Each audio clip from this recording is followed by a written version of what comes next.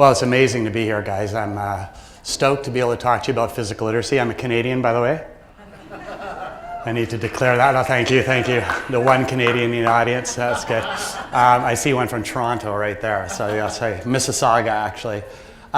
So I'm going to take you through some of this stuff. I got some feedback here, so turn that. I'm going to take you through some stuff. I give you these slides. So this will be on the portal of the website, so you can download the slides, never mind watch the video as well, because I want you to have the information at your fingertips moving forward.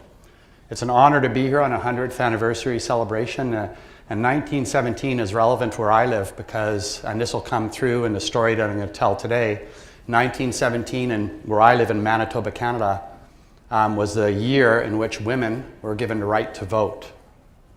Now, that's a really big issue for Canadians, and I'm sure Americans as well, but that's only 100 years ago that happened. So we're going to talk about physical literacy, and we across the border between us are very similar in what's happening in our world today. And whether I go to Sweden, United States, Canada, Trinidad, it doesn't really matter. I see the same things happening over and over again, and perhaps physical literacy is going to be the solution.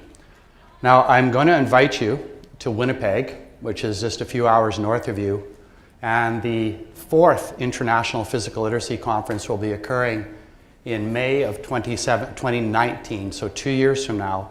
The first one was in Bedfordshire, England in 2010, and there were 65 people there, 2 Canadians. And there was 1 researcher, myself. At the last conference we had, which was this year in Toronto, Canada, we had over 500 people there, and we had 70 researchers, and it's grown very, very quickly. The number of people interested in this topic is on fire in the world, so I'm going to give you some feeling about that. This slide is a relevant one because it shows you the first ever Mercedes-Benz. That's to the left, that's true. That little 3-wheeled vehicle was built in 1885 by a guy named Carl Benz, who made the Mercedes-Benz Corporation. And right after that was made, tons of people, and especially in America around 1900, said, my goodness, we're going to get lazy because we're going to be driven around. And as a result of that, and this is very important for you to know, the term physical literacy is an American invention. When I was with Project Play and Aspen Institute, they thought it was a European invention. It was actually created in 1884 by an American Army Corps of Engineer. And about 1900s, tons of people said, threat to our lifestyle because of the motor vehicles and the mechanization in society. A few years later, in 1947, again, some American engineers created that thing right there called the transistor. And the transistor is the foundation of these devices and computers, and this has billions of transistors inside of it. And in 1975 was the first personal computer. And as a result of the 1947 to 1970 era, the computer era, not the web era, a whole bunch of people also started saying, physical literacy, physical literacy, physical literacy. We're going to be lazy sitting in front of our computers. The World Wide Web was created in 1990. The intranet was around in 1981, but the WWW was 1990. And then shortly after that, a bunch of people also started saying, physical literacy, physical literacy, physical literacy. But each time that those threats to lifestyle occurred, those engineers didn't make it to make us sedentary. They made those things to make us a better world. But the side effect of that was to make us less active. And I wished that in 1900 that the term physical literacy caught on, because it didn't. Literacy did. Reading and writing, a very important part of our culture, caught on. Physical literacy did not. So this is a representation of what happened around the last 100 years. If you see the big area A there was a guy named George. When he was 8 years old, he could go from Sheffield all the way to a fishing pond in the bottom right-hand corner of that slide. He could go, he was 8 years old, and he could walk 10 kilometers, 6 miles, to a fishing pond by himself. When I was growing up, I was a free-range chicken, just like he was. My mom's Dutch. I'd come home from school at 3:30 and my mom would say to me, Dean, and she'd say it in Dutch, but I'll spare you. she'd said, "Dean, get out of the house and don't come home until the street lights come on."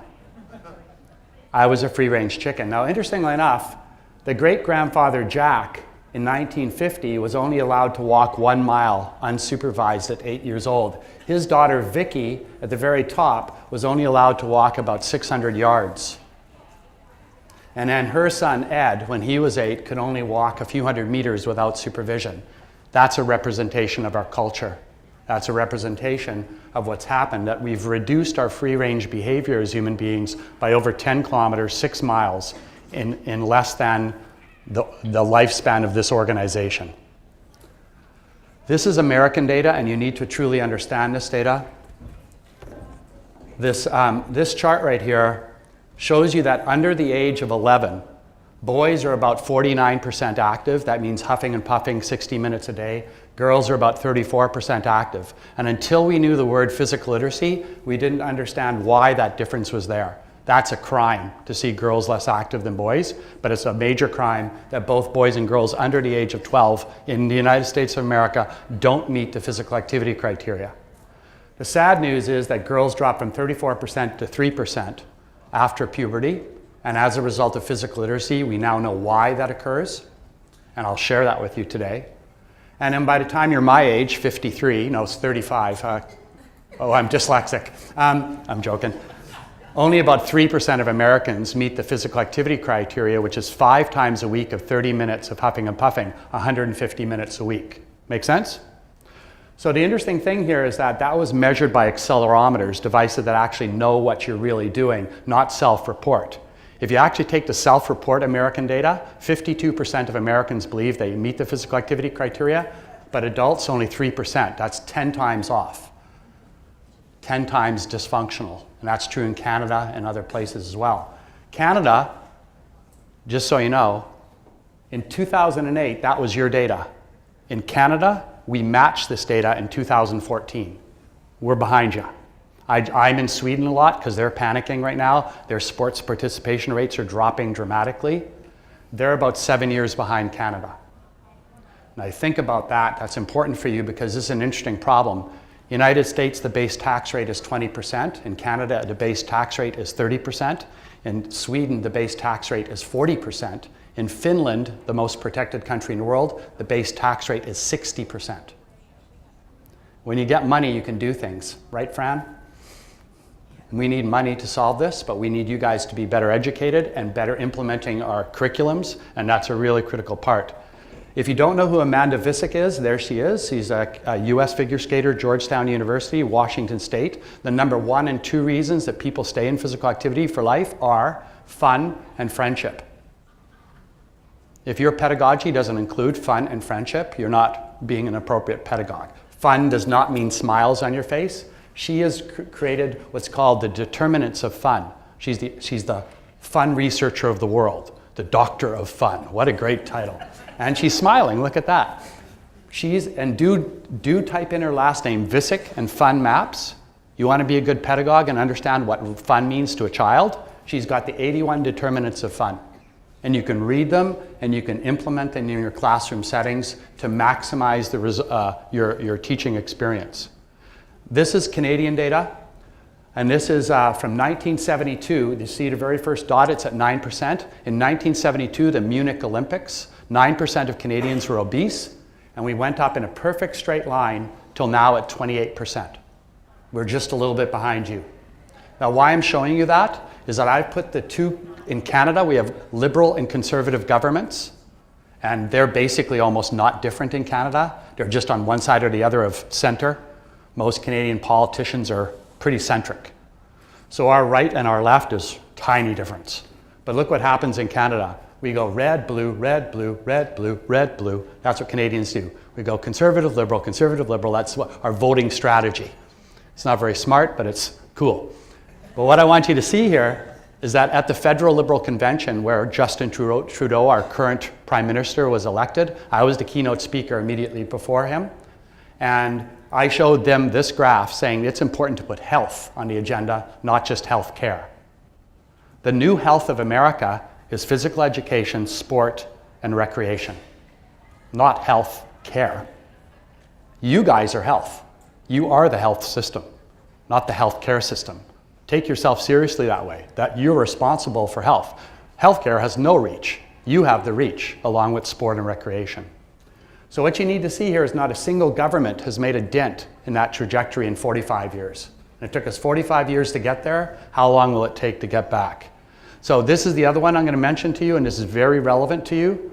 Canada, United States, is the greatest spectator society on the face of the planet. If you look at the graph on the left-hand side to see the blue dots, that's obesity from 1972 to 2014. I already showed you that. But I'm going to show you something that Canadians are really proud of. In the red squares is the number of medals Canada got at the Olympics when we combined the Winter and Summer Olympics together. So back in 1972, we got 5. And then we went up and up and up and up and up, and we continue to go up. Now, why I show you this graph is very important. Any Olympian in the United States or Canada or Sweden that comes back with a gold medal around their neck does not increase the physical activity participation levels of the population. They inspire Olympians. They do not. I'll show you why. See the graph on the right? That is a graph which shows you the number of medals we got versus how obese we've become. It's almost perfect. It doesn't mean make more obesity, get more medals. That's not science. But it does say if we are getting better and better and better at getting medals in Canada and our population getting less and less active and getting more obese, we're becoming spectators. We are the greatest spectators on the face of the planet. The Men's World Cup of Soccer, 30 billion views of 64 games. And what do you do when you go to a soccer game? You sit down with nachos. I get a 12-pack of PBR and nachos, and that's what I do. You follow me on that? You might like Coors Light, but you follow me? So 30 billion times 2.5 hours of sitting around, divided by 1,164 competitors times 94 minutes. We set the world record for inactivity.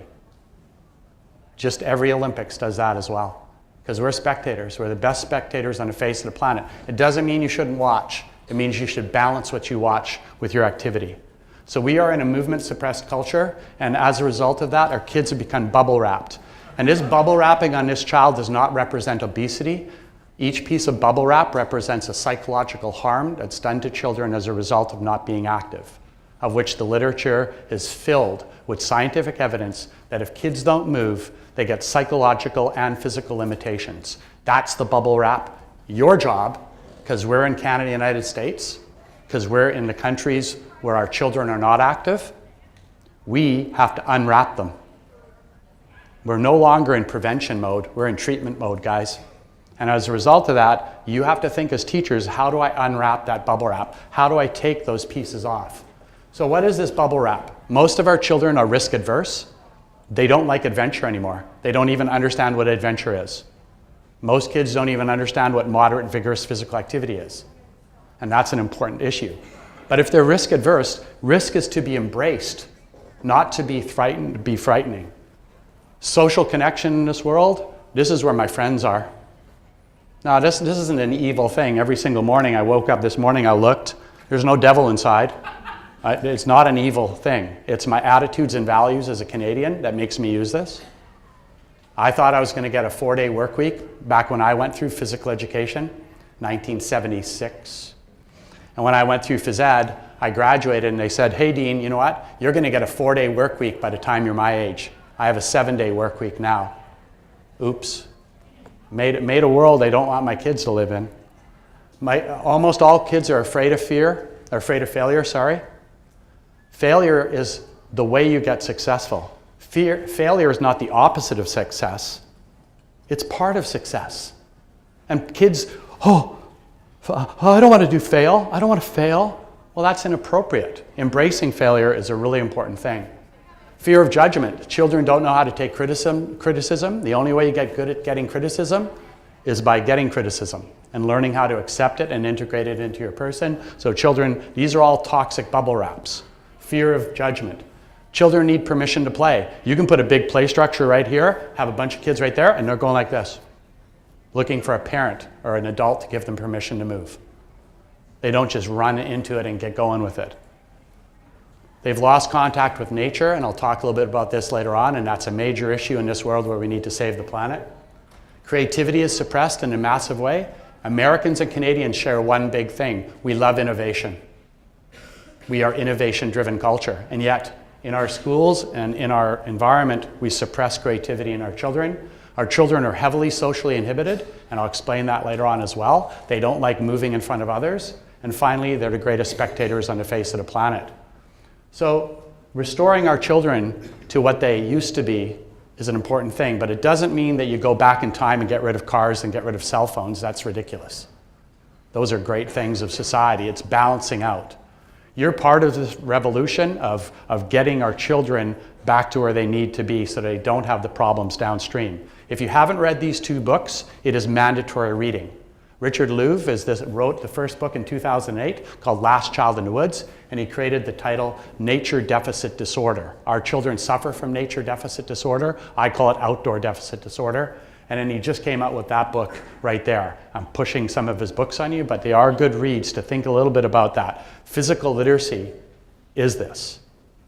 So free play, if you read the science on free play, what you'll find is that every single one of these statements, and you get the slides here, if children do things like walking on a log, if they're allowed even to have that structure, and learn to walk on a log in different weather, whether the log is slippery, whether the log is cold, warm, etc., and they can move on that log, every single one of those things improves with free play. Every single one. There's the science on that is pretty well documented that you get better spatial awareness. You're able to spot hazards in the environment. I can see, hey, that's slippery, don't step. If I'm going to step on a slippery surface, walk in a different way. If you don't have free play, you can't figure that out. Free play is the foundation of physical literacy. As a neuroscientist, my training is as a brain scientist, and this is our favorite thing. At Society for Neuroscience meeting, there's 25,000 people in the audience, and we say this together, we chant this. We go, neurons that fire together, wire together. Can you imagine the brain of a child if they're not doing free play and they're very low activity level? Their brain is completely wired differently than mine was growing up as a child. Luckily enough, the brain is plastic from zero, well, in utero, to death. Your brain will prune connections it doesn't use and make connections that it does use. Neurons that fire together, wire together. So the brains of children are different. The consequence of that is a major one. If you go to pediatric emergency rooms in Canada and the United States, the only thing that's rising up exponentially is childhood anxiety disorders. Not physical injuries, childhood anxiety. If you play together, you learn how to deal with your anxiety. If you're physically active, you'll learn to deal with your anxiety. So your job, in part, is to unwrap the bubble wrap. And I'm going to show you some results of the impact of a movement-suppressed culture. In Canada, this happened just a few weeks ago. A school in Canada banned cartwheels. With no good reason at all. Zero reason. I literally flew there, took the principal and said, this is inappropriate. Stop this. This is inappropriate. You have no evidence, you're not informed on this, and you're actually causing secondary harm to children as a result of suppressing their normal childhood development. They rescinded it immediately, but we need to stand up to this and actually deal with this in a very serious manner. This is an important term that you're going to have to learn and you're going to have to deal with your new curriculum. It's called safety creep. It sounds creepy, I know, but the safety creep, safety creep. The notion that increased societal expectations for surplus safety, the key word there is surplus safety in children's recreation have advanced subtly, gradually, and beyond a point justified by available data. What that says is that we are becoming so risk adverse in our culture that we don't want a kid to get a bump or scrape or even a fracture, but we'll kill them slowly. You felt that. Safety creep has to be handled and dealt with and stopped by us. You cannot apply workplace safety rules to a child. You have to apply normal child development principles. Noticeable movement and safety creep can be triggered by single events, like somebody getting hit in the head with a ball, and by its nature and application are incompatible with healthy child development. If you provide too much safety, you're actually hurting the child. And that's an important issue. Risk in children's play. Risk is a neutral construct. Now watch this, guys. If you actually have a playtime, there's a risk of happiness. Yeah, and there's a risk of injury. Risk is a neutral concept. It shouldn't be associated with fear of injury. That's fear-mongering. And it is triggered and should be viewed neutrally. I'm going to pass on this one, but if you want to look at the best person in the world on risky thinking and risky play, type in Brandy Tenenbaum's name from Sunnybrook University. This is a great one, defining risky play. Risky play includes great heights, high speed, dangerous tools, dangerous elements, rough and tumble play, and the ability to get lost. Now, all you're going like, oh, careful, Dean, I don't agree with that. Be careful from the child's perspective. If you make a little area with a little blanket and tent it underneath some chairs, what do children do? They go inside to get lost. So from the child's perspective, I'm not saying drop them in the woods. I'm saying put them in a place where they can feel like they've disappeared. Put them in a place where this is great heights for them. I'm not saying jump off the ceiling. I'm not saying parkour. From the relative perspective of the child. Now what you're going to do right now very quickly, because I'm talking quickly because this is really awareness more than is content.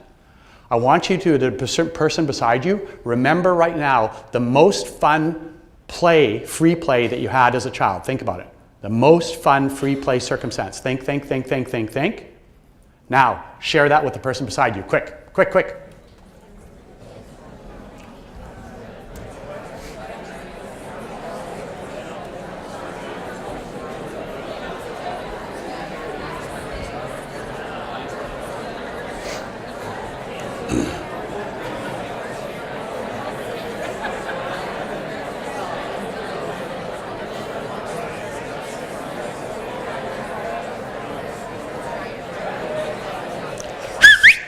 Okay, perfect. That was fast enough. I don't got a lot of time here. Watch this. When I say one of these words, stand up and keep standing up. Okay, if it involved great heights, please stand. If it involved high speed, please stand and keep standing. If it involved dangerous tools, please stand. If it involved dangerous elements, please stand. If it involved rough and tumble play with another person, please stand. And if it involved getting lost, please stand. Take a look around. We do not want to remove that from our children. It is important to understand that there is a possibility of physical injury. Have a seat. You get the point. So the benefits of risky play I've already shown you, but you're going to get these slides. You can write them down. Better risk detection and awareness of management skills, improved motor spatial skills, better self-esteem, more independence, the ability to resolve conflict. Chicago public schools put back recess in about 30% of the schools, and the number of violent incidents went from about 40 a week to 10 a week, because that's where you learn to socially negotiate with other people, is at recess. Later on in life, if you have risky play in your life, you're better at dealing with substance abuse and sexual relations, as well as other behaviors that can have consequences. So what can you guys do to deal with safety creep? You can identify safety creep and recognize it and say, this is inappropriate. You can reframe risk as being an essential part of child development. Never say, avoid risk. That's inappropriate. You can say, intentional programming should include risky elements. Why would you avoid risk? Embrace, welcome, and support failure. Failure is not the opposite of success, it's part of it, and that's what we do. We want to support you in understanding risk. This is a really important slide, and our graduate students put this slide together. It actually takes a long time to make, even though there's a couple of arrows off. I'm going to yell at my students for that, but that's okay. I don't yell at them. You see all the slide points here? Physical inactivity is in the center.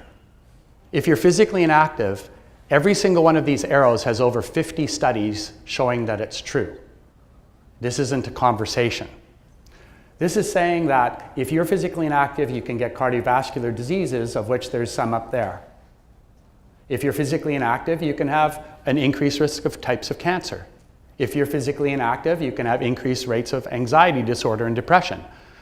This is all scientifically evidenced. We're the most knowledgeable society on the face of the planet, United States and Canada. The most knowledgeable society on the face of the planet. But knowing doesn't mean doing.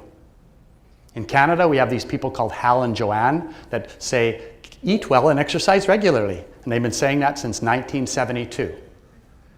Saying eat well and exercise regularly, which is called wisdom, that's knowledge, isn't it, has never worked. Saying it to a person never works because our society suppresses movement. But interesting enough, knowing this doesn't make people active. That's important. But knowing this is important. Knowing that physical activity prevents all of these in a very significant way is critical. And this is a vital one for you guys. See this one in the bottom right-hand corner? The psychological disorders related to physical inactivity are big. Mood problems, sleep problems, depression problems, anxiety, cognitive function, calling executive function, ability to focus on tasks. These are all important things. And you know what the funny thing about this is? That if you have a bad psychological state, it feeds back negatively on all of these other ones. And that's really important to understand. In physical education, we often focus on the physical. When physical literacy demands that you focus on the physical and the psychological at the same time, and I'm going to share that with you, simultaneously. Mind and body are one. Physical health and mental health are one. They are not separable, except by having a conversation about it. So in the end of the day, mental health, we often want to avoid depression, anxiety, psychosis, can't avoid ADHD, ADD, but you can learn how to cope with it. But the other side of mental health is happiness, flourishing, and resilience, isn't it? It's not just getting rid of the problems, it's getting good to the good side. I want my kids to live well, not just live long. So if you take a look at that, in Canada, 1 in 5 people will suffer from depression in their lifetime. 20% of all Canadians and Americans will be clinically depressed. Now, the interesting thing about depression, just in and of itself, and this is a study by one of my friends, Guy Faulkner, and he basically did a study of all the studies in the world on physical activity and depression. And what he found was very interesting. 83% of the studies showed that it's clear that if you're physically active, you reduce depression. So much so that when you compare physical activity to medications for depression, the scientific studies, which this one is right here, done by Blumenthal here, the scientific studies clearly show that exercise is equally as good as medicine in treating depression. It doesn't mean give up your tablets. It says they're as effective. You are one of the principal determinants of physical activity in a child's life and your own life. Interesting enough, if you want to avoid depression, this is a really good opportunity for you to do that. In Canada, we have new physical activity guidelines. They're interesting. Guidelines, whether they're from the World Health Organization, from the United States President's Council on Fitness, or our Canadian Society of Exercise Physiology, or American College of Sports Medicine. Guidelines have never made any change in culture. I'm not saying don't have guidelines, I like them. But this new guideline says, and you should download, it's called the 24-hour guidelines. It says, it's in a 4, standing for 24. The first bit is sweat, moderate, vigorous physical activity. The second part is stepping around, light physical activity. The third part is sleep, and the fourth part is don't sit around a lot. Makes sense, right? There's nothing on bone health in there. But okay, that'll come next, and we'll have the 25-hour guidelines or something. But in the end of the day, this guideline, when we assess it in Canada right now in children, our children get a D- on achieving this, and only 9% of our children achieve those. So 91% of Canadian children are at risk for all of those conditions that I just showed you. That's why I said we're in treatment mode, not prevention mode. And I'm speaking to the Kool-Aid drinkers. So you guys are different. Physical activity and cognitive and mental health, and you get this paper. I'm going to give you this paper so you can put it on your website and read it, page through it one time, is very clear that there are very powerful effects of physical activity on mental health of youth. One of the most important ones that you need to think about is this one, identity, who I am. I work with hockey players, and at 21, if they leave hockey from injury or they don't get picked in the NHL, WHL, OHL, AHL, what happens? They lose their identity because all they have is hockey. And when that happens, this is what they do. Or they abuse women, or they drink a lot of alcohol because they don't know how to cope with the identity crisis that happens when you go from one activity level to another. If you're in the military, you leave the military for whatever reason, physical or mental injury, you lose your identity. I was just with about 40 Canadian Olympians in a room much like this. All of them had gold, silver, bronze medals, and every single one of them got lost after leaving the Olympic cycles for 3 years. They didn't know who they were anymore. But that happens on a global scale every day. You leave your sport, what happens to you? Who am I? Well, who you are is what you do. As physical educators, if you make a person physically literate, you know what you do? You can allow them to specialize, that's good. But you diversify their ability as well. Specialization with diversification is physical literacy. Over-specialization, dangerous, because then your identity is solely linked to one thing. So I want to impress upon you that this is not just a physical journey, this is a mental journey as well. 10% of Canadians, just like you, have type 2 diabetes.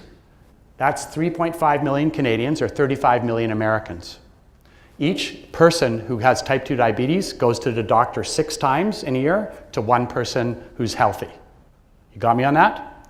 That means in Canada, there's 21 million doctor visits a year with people with type 2 diabetes. Watch this now.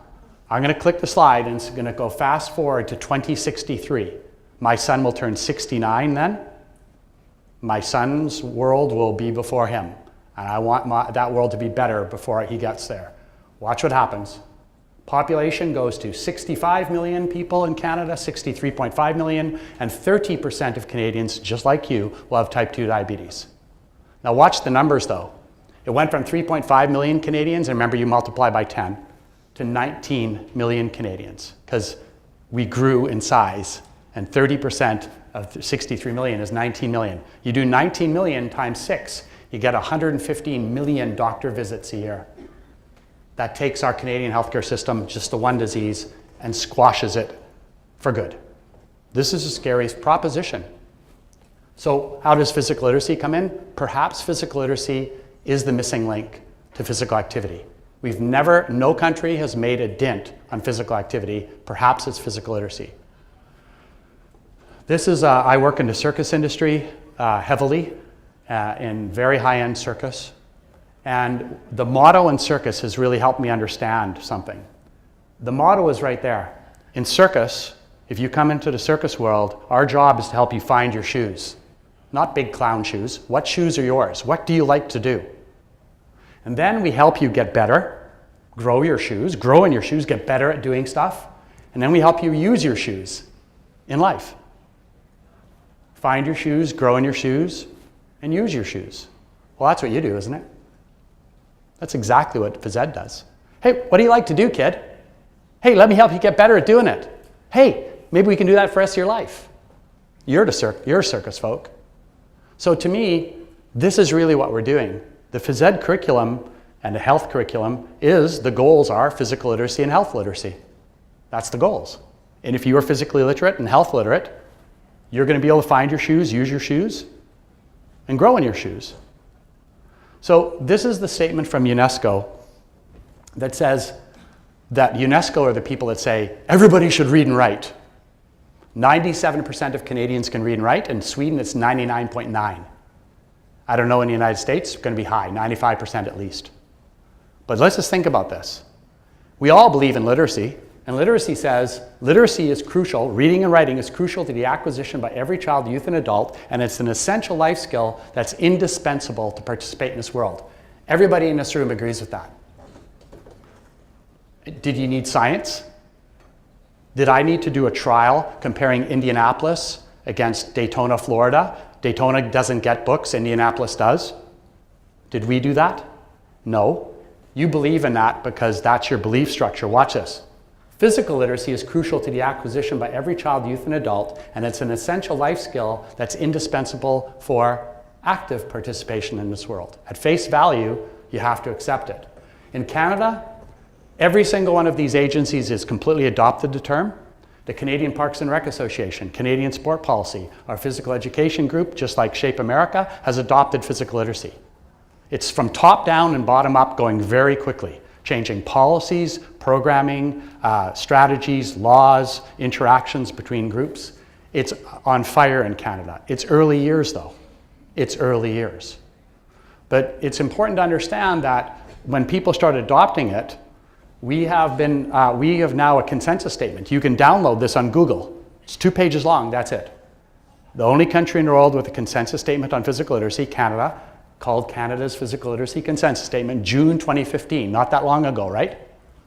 Download it, it's 2 pages long, it's a great read, take a look at it. In the end of the day, our sport people, this is the long-term athlete development model. In the United States, you call it the athlete development model, ADM. They're the same models, by the way. In the end of the day, in the ADM and the LTAD models for sport, it says all children should be equipped with physical literacy as they grow up, and then later on you're physically literate for life so you can be active for life. That's their concept. That's cool, it's a concept. So how does physical literacy work? In the last 15 minutes of this, I'm going to hammer you down on what physical literacy is and what it's not. So follow along quickly. If you know your ABCs, you can write words, you can write sentences, and you can write sentences, you can write your mom a birthday card. I write my mom a birthday card every single year, and it's a great card. She cries, and then she closes it, because she's a Dutch lady. She closes it, and she says, "Dean, that is a wonderful birthday card, but not yet grammatically correct." Then I cry. But in the end of the day, ABCs are skills, right? 1, 2, 3 is a skill. If you know your 1, 2, 3s, you can do math, you can go to engineering school, and you can jump from space funded by Red Bull. Doesn't every American child deserve to jump from space funded by Red Bull? Yeah. Well, interesting enough, I hear people saying every Canadian kid should play hockey. Every Canadian kid should ride a horse? Every Canadian kid should hug a polar bear? No. Every Canadian child should be equipped with physical literacy so they can choose what they want to do. Yeah? The best American singer on the face of the planet, Justin Bieber, do you know him? I know he's Canadian. Music, do, re, mi, that's a skill. Scale, score. You can't be a songwriter or composer without those skills. Physical literacy is no different. The ABCs and 1, 2, 3s of physical literacy are basic movement skills, like walking on ice, standing on a stool, changing a light bulb, throwing, catching, kicking, running, cutting. Those are all basic movement skills that all people should possess. If you don't have the movement skills, you can't sequence them together. In chopping wood, that's chopping. If I miss, I have to learn how to deflect. Chopping wood is a complicated sequence of movement skills. If you don't have sequencing ability, and think about that in your classroom setting, how are you teaching sequencing? Then you can't do tasks like the pot of shaw from Swan Lake. So if you don't have the basic movement skills, stop right there. You can't go further. So if you think of each one of these Lego blocks as 4 movement skills, there's 4 movement skills. If a person has only 4 movement skills, what can they build? What sequence of things can they do? Not very many. If Canadian or American kids had more movement skills, they could build more things. They could do more movements. If they have that many, even better yet. But I want every Canadian and American kid, and our phys ed curriculum in Manitoba, where I live, is very explicit. By grade 4, children should have 28 different competencies in movement. It's perfectly clear. Entry-level competency. Grade 4 says you're going to have 28 Lego blocks. That's our curriculum. And when I measure it in Manitoba, and we have in Manitoba mandatory physical education, kindergarten to grade 12. We have specialists in every single one of our schools almost. We have almost daily physical education and a great curriculum. Do you know what our achievement rates are? You ready? 13%. Rest of Canada, 3%. Why? Because teachers are being cut off at the knees and be able to deliver their curriculum because we don't value movement in our culture. It's not phys ed's fault. But we're in early years now, and physical literacy makes people sit around and go, oh, phys ed's really important for the reasons I just showed you. And in some schools, we've been able to raise that up to 50%. So this is Lego. You can't even buy a Lego kit like this anymore. If you go to a Lego store, everything is paint by numbers, right? It's all tell me what to do. I don't own that. I can copy that. That's a problem. But look at this. Lego says you can be creative from 4 to 99. After 99, you can't be creative. Under 4, you choke on the bits of creativity. I get that. And this almost made me sick when I bought this thing to take a picture. I actually bought this in Copenhagen, where Lego was created, in Denmark. And it says at the bottom, a reflection of our creativity suppressed culture.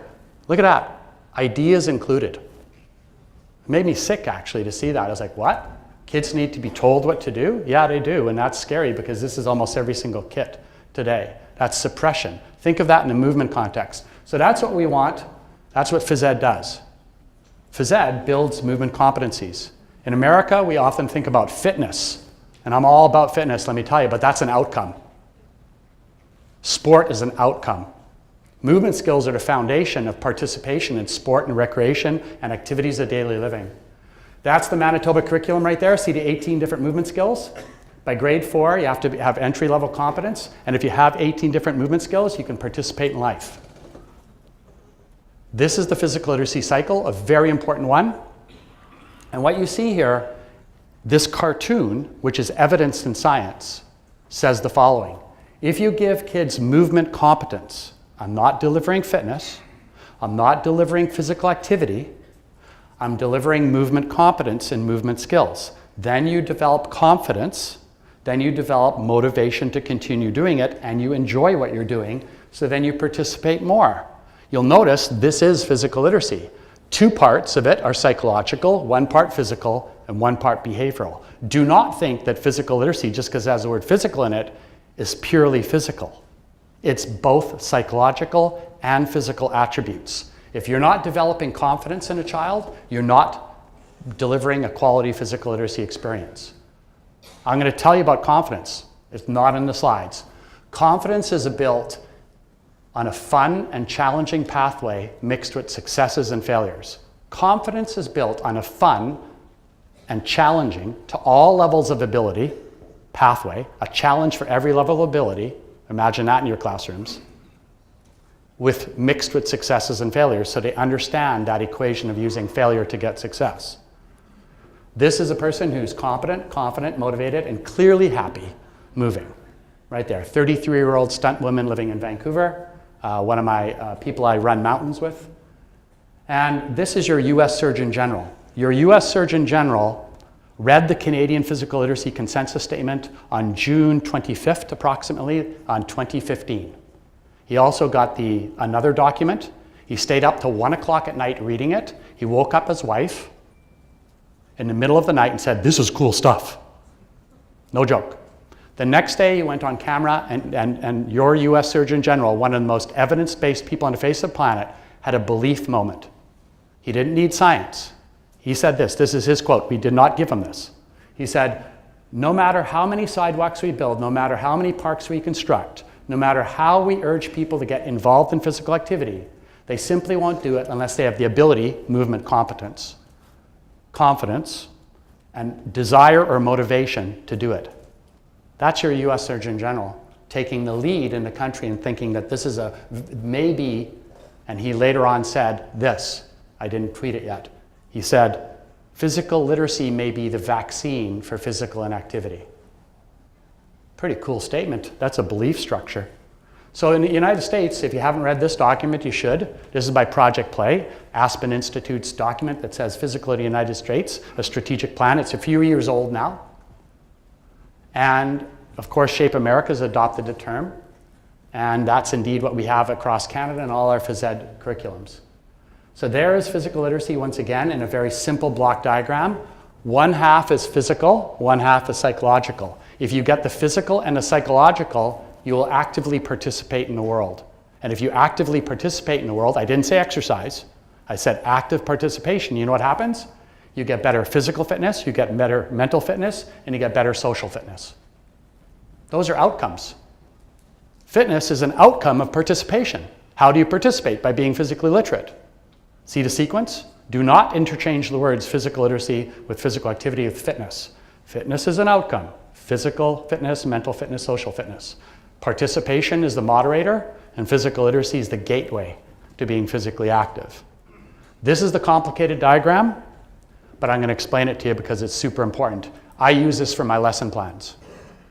I still teach, and I run intervention programs in schools to make phys ed better.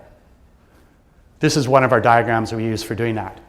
If you give kids movement vocabulary, the number of movements that they're competent at, and you do everything inside that cauldron, out spits physical literacy. You teach awareness. Here, there's kinesthesia. See that? If I have 2 beer tonight, it'll be off. Make sense? I teach selection. How does a child choose how to do the movements that they want to do? How are your lesson plans helping a child have cognitive, executive functioning to be able to have the ability to choose the movement that they want to do? That's physical literacy. How are you teaching sequencing? How are you teaching modification of movement for different environments? Slippery grass, walking on slippery surfaces. Are you doing that? Are you choosing not to do that? In Sweden, physical education, by law, must teach swimming competence to all children. Their drowning rate is 1 per 100,000. Their drowning rate here is 6 times higher. Competency helps people. Falling is a competency. Everybody in this room has fallen. If you say falls prevention, once again, you're fear-mongering. It's not about falls prevention, it's about mobility enhancement. Why would you tell somebody not to fall? What a great thing to... Judo? Don't do judo? What are you saying? But you see this in the middle there? There's physical and social environments. There's comprehension, confidence, motivation. The phys ed teachers in Canada, this is hopping. That's jumping. That's leaping. I test that in grade 4, and most kids don't know the words of movement. They don't understand the difference. They're very good mimicking. If you show them that, they mimic you like that, right? But mimicry doesn't mean they know the words of movement. If you don't know the words of movement, what happens when you say a word? They go like this, deer in headlights. Or they do the wrong movement, which is dangerous. All that stuff in the middle there is what you do in good physical literacy experiences. Outspits physical literacy, and then you make people active. If they become active and they're motivated, they participate, then you get fit. The new term is called durability, and I'm going to share that with you now. What is durability? You're going to get this slide, which is just what does a quality physical literacy experience look like? You don't teach physical literacy, you immerse people in that experience, and they get all those wonderful benefits there. We wrote a great paper recently in 2017 by Dean Dudley. That's the first author. I'm the 4th author. We wrote this paper, and you should read it. Critical Considerations for Physical Literacy Policy in Public Health, Recreation, Sport, and Education. UNESCO just adopted this paper, valuing physical education at a very high level. And they're a big agency across the world. It has 4 pillars in that paper. It basically says that every child and adult should have competency in movement. You should have different contexts of competency, meaning land, air, ice, snow, water. All people should have land, air, ice, snow, water. The people that drown in Canada are newcomers to Canada and Aboriginal populations. Oops, that's context. The journey means that physical literacy is from 0 to death. It's a journey, not a destination. So everybody has a journey, independent of your age. And finally, the power of physical literacy means that inequitability is removed. Inequity in culture, like the gender mistreatment that you saw earlier on, girls at 34% active, boys at 48% active, that's gender inequity. Physical literacy helps people who are disabled become more enabled, helps people who are disadvantaged become more enabled. That's the power of movement. So physical literacy's goals are to create active participation in society, not exercise, not physical activity, active participation, and safety. You want to be as safe as you can and participate. And if you do that, you'll thrive in life and you'll meaningfully participate in life. As a parent, I have 2 kids, 26 and 24. All I want for my kids are to thrive and participate. Any parent, that's all they want, right? So in the end of the day, that's what physical literacy does. Now the heavy duty stuff. It takes a community to raise a physically literate child. The school is the hub. The school is the hub of the community, yeah? You are part of the hub. I want physical literacy enriched schools as much as I want physical literacy enriched phys ed. Here's some key ones here. These are quotes, American quotes. See all these quotes, you can read them later on. These are quotes that were made by Americans in the 1930s. And every single one of these quotes in these years said physical literacy is the most important thing in culture, and yet it never materialized. In 1938, this guy said, physical literacy, which is something very different than beef and brawn, must be the first characteristic of an ideal citizen. So he's saying fitness is not physical literacy. He's saying it's movement competence and the psychological part. So in Canada, we say learning to move is just as important as learning to read and write. And your new curricular, you now sit at the table saying that that is true. So let's not lose that opportunity. Every person has a journey, and you go from quest to quest to quest. 70% of children drop out of sport at age 12 in this country and in Canada, and they go from one quest to another to another. My daughter danced competitively till 16. She left the dance studio 26 hours a week, and I loved it because I could put buns better than any man, put on false eyelashes really quick, and tie ribbons onto point shoes. That was my journey, but she left because her friends left. So I put her on a different journey, put her on a different path. That's your job. Your job is to help people manage their physical literacy journey. So this is the basic cycle that I've convinced you of. I have other stuff, and if you meet me in the hallways, I need to be able to talk to you about all this other stuff. But a person above, to see their bones, 60 minutes a day of moderate vigorous. Do you need to be a scientist to see the difference? Can you see the difference? Scary, right? The bones on top are irrecoverable. There's nothing in exercise or medicine we can do to recover those bones at the age of 21. Those people are very hard to find. It took me 3 years to do this study, to find 14 people who are the extremes of our population. Unrecoverable bones, recoverable bone, are very good bones. Watch this, guys. I work in the circus industry, and this is what the Osteoporosis Society of the United States will tell you. After 30 years of age, as men, you're going to lose 1% of your bone per year. As a female, you're going to lose 2% of your bone per year. And you're going to grow your bones till you're 20. Remember I told you that girls drop from 34% to 3% through puberty? 25% of your bone mass is developed at puberty because you have a growth spurt. If you don't have good activity, you don't get good bones. Watch this. I'm going to show you exciting news. American College of Sports Medicine, we just had this presented. This right here is 890 people who are verifiably active for life, the only group of people in the world that we've ever been able to verify were active for life. I took the people under 20 out because their bones are still developing. I took the people over 65 who weren't active out. But what I want you to see here is this. This is amazing news. Girls are in blue, boys are in green. Girls have less bone than boys because they're shorter. Watch this. From ages 20 to 65, for females who are active for life, they do not lose bone mass. That's a really good news story. The previous graph I was showing you is because people are inactive through their life cycle. So I finish up with the next, I think I'm over now, right? I think I'm over. I went a little long on the front end there, but I do want to tell you that I'll just back up here. Durability is an important concept that comes from physical literacy, and if you are physically literate, you create durability, not just in bones, but better brains, better heart, better muscle, better psychology. And what's very important, I'll finish with this story, young women pop their knees 6 times to every 1 boy. Did you know that? ACL injuries, basketball and soccer, 6 to 1. Here's a physical literacy story that's amazing.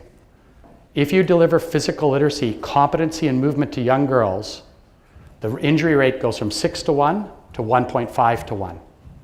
The sex difference is small. The gender mistreatment difference is large. And what's important in all of this is that in the end of the day, if you don't deliver competency, confidence, and motivation to children, you're not delivering the physical literacy cycle. So I think I've given you enough information today. I don't want to run you over your session today, but I want to thank you very, very much.